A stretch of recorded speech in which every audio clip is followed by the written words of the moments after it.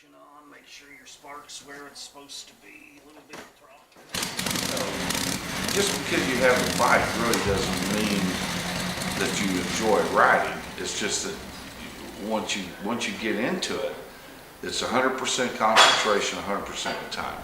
Yeah. So it takes your mind off of things that you know you would never, or you're not. It's just the greatest.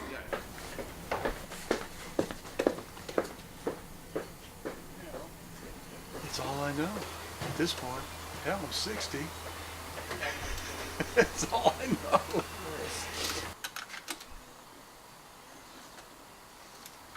I guess they say intelligence is the ability to discern similarities and differences.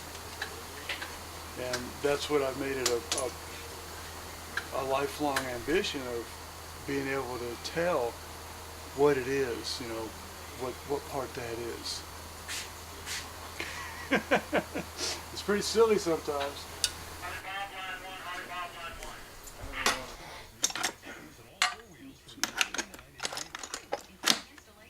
Well, I've been riding 35 years. I got my first Harley through military sales when I was in Korea in the Army.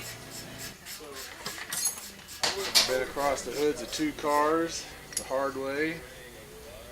First time my dad came to see me in the hospital, I had a concussion. Every time I'd come to, the first thing I'd ask him, where's my motorcycle? And he came in that room and said, you about ready to give that bike up? I said, hell no. Well, they'll either throw you and you'll never get back on them again, or they get in your blood and you'll be there forever. Or until your time comes up.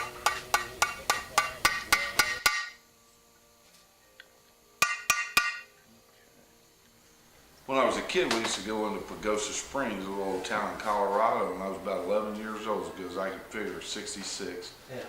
And I saw these people pull up on this old Harley, and it had California plates. And we were on dirt roads, and I just saw them, and it was raining, and I said, man, I want to do that. Yeah. And I remember the bike, and it impressed me back as far as then, that I really liked it. I was 3 or 4 years old, and my neighbor had got a BSA. And I remember that because I knew what my ABCs, but I didn't know what that fucking letter in the middle was. And he set me on the gas tank, and I leaned forward and grabbed a hold of the handlebar, and he went flying through the neighborhood. And I think my mom had any idea what effect that would have had. She never let me on that motherfucker.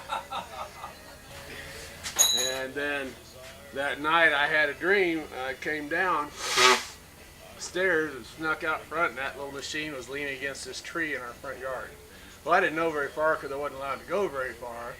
But I started making in my head different neighborhoods and streets and stuff and houses, and eventually the motorcycle disappeared. But it was the first time I can remember in my life that I remember having dreams that you see mom and dad leave you someplace, and the car driving off. No, they wouldn't do that.